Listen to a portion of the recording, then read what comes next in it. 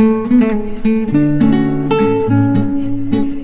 Everyone, welcome back to my channel. ఈరోజు అయితే snack వచ్చేసి సున్నుండలు చేద్దాం అనుకుంటున్నాను. So 1/2 kg ఉరుద్దాలన్నమాట. అంటే ఇది కొంచెం మినపప్పే కానీ మొత్తం గుండు పప్పు కాకుండా దాంట్లో సగం అనమాట. సో ఇదైతే నేను 1/2 kg తీసుకుంటున్నాను. సో కొంచెమే క్వాంటిటీ చేద్దామని. సో 1/2 kg తీసుకొని ఇట్లా బాగా రోస్ట్ చేసుకోవాలన్నమాట. సో ఇంత అయితే సరిపోతుంది. సో మనము కడాయిలో కొంచెం ఇట్లా బాగా రోస్ట్ చేసుకుంటే కలర్ చేంజ్ అయ్యే వరకు రోస్ట్ చేసుకోవాలన్నమాట మినపప్పు అంటే. సో నా దగ్గర కొంచెము జాగ్రీ అయితే ఉంది, పౌడర్ లాగా కొంచెం అప్పుడప్పుడు స్టోర్ అయిపోయి ఉన్నాయి అన్నమాట. సో అవి కొంచెం ఇంకా అలానే కొంచెం బెల్లం తీసి కట్ చేసుకుంటున్నాను. సో కొంచెం క్వాంటిటీ 1/2 kg అంటే సరిపోతుంది. ఈ బెల్లం అయితే కరెక్ట్గా సరిపోతుంది. ఎక్కువైనా అంత టేస్ట్ అంటే ఎక్కువ స్వీట్ అయిపోతే దాని ఫ్లేవర్ అనేది మనకు అర్థం కాదనమాట సున్నుండలో. సో ఈ విధంగా మంచిగా వైట్గా ఉంటుంది కదా, తర్వాత బాగా రోస్ట్ చేసేసుకోవాలి. చాలా కలర్ చేంజ్ అయిపోవాలన్నమాట. అప్పుడే సున్నుండలు మంచి టేస్ట్ ఉంటుంది. సో చాలా బాగా రోస్ట్ చేసేసుకొని ఒక ప్లేట్లోకి ట్రాన్స్ఫర్ చేసుకోవాలి. ఎందుకంటే దాంట్లోనే అంటే మాడిపోయే ఛాన్సెస్ ఉంటుంది కాబట్టి ఇమీడియట్గా ఒక ప్లేట్లోకి తీసేసుకుంటే చాలా హీట్ ఉంది. ఇది చాలా వరకు కూల్ డౌన్ అయిన తర్వాత క్రిస్పీగా వస్తుందన్నమాట. సో నేనైతే నెయ్యి వచ్చేసి శ్రీ మురుగన్ ఘీ వాళ్ళది వాడుతున్నాను. చాలా బాగుంటుంది. దీంట్లో 2 తెప్పించాను అనమాట. కౌ ఘీ ఒకటి అండ్ బఫెలో ఘీ. కౌ ఘీ ఏంటంటే దేవునికి నైవేద్యాలు వాడేటప్పుడు, దేవునికి సంబంధించినప్పుడు నేను అది వాడుతూ ఉంటాను. ఇదైతే నార్మల్గా రెగ్యులర్గా వాడే ఘీ అనమాట. సో బఫెలో ఘీ కూడా చాలా బాగుంది. మురుగన్ కౌ ఘీ అనమాట ఇది. అది ఎల్లో కలర్ ప్యాకెట్లో వస్తుంది. అది మొత్తం కౌ ఘీ అనమాట. ఇది వచ్చేసి ఇట్లా వైట్లో వస్తుంది అనమాట. చాలా బాగుంటుంది. ప్యూరిటీ చాలా బాగుంటుంది అనమాట.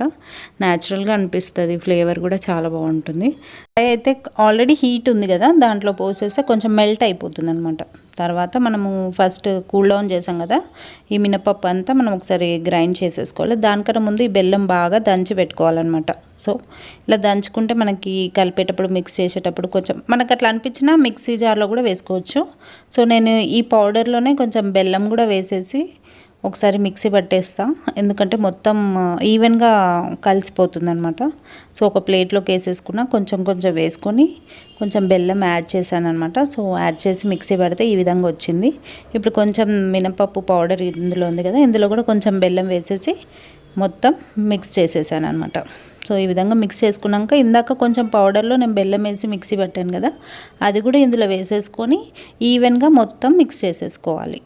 సో ఈ విధంగా మిక్స్ చేసుకున్న తర్వాతకి మనం ఆల్రెడీ మెల్ట్ చేసుకున్నాం కదా నెయ్యి, అది కొంచెం వేసుకుంటూ మనం ఉండలు చేసుకోవచ్చు అనమాట. చాలా సింపుల్, ఇంట్లో చాలా త్వరగా చేసుకోవచ్చు. పిల్లలు కూడా చాలా బాగా ఇష్టపడతారు అనమాట. సో ఇలా మెల్ట్ అయిన తర్వాత మనకి ఎంత క్వాంటిటీ ఆఫ్ నెయ్యి కావాలో అంతంత వేసుకుంటూ మనకు ఉండ వచ్చే వరకు చుట్టుకోవాలన్నమాట. అంటే ఎక్కువ నెయ్యి వేసుకున్నా పచ్చిగా, అంటే మరీ ఎక్కువ నెయ్యి వేసుకున్నా తినలేరు ఎవరు. సో మనకి ఎంత కావాలో అంత వేసుకొని బాగా ఒకసారి చూసుకోవాలన్నమాట. ఎక్కువ నెయ్యి వేసుకున్నా ఎవరు తినరు. సో ఎక్కువ బెల్లం ఉన్నా కూడా ఎక్కువ తినలేరు అనమాట. సో క్వాంటిటీ చాలా ఇంపార్టెంట్. ఏ లడ్డూస్ చేసినా కూడా మనకి క్వాంటిటీ.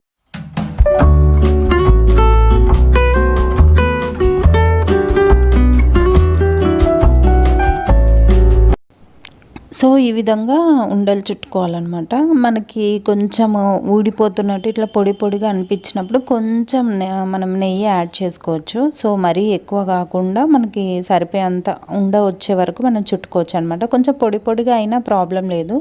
సో ఈ విధంగా మంచిగా షేప్ వచ్చేస్తుంది అనమాట.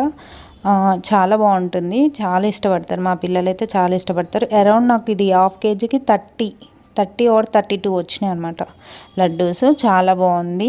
టేస్ట్ అయితే అదిరిపోయింది అనమాట. సో ఆఫ్టర్ పిల్లలు ఈవినింగ్ వచ్చినప్పుడు వాళ్ళకి స్నాక్ లాగా మనం ఇవ్వచ్చు.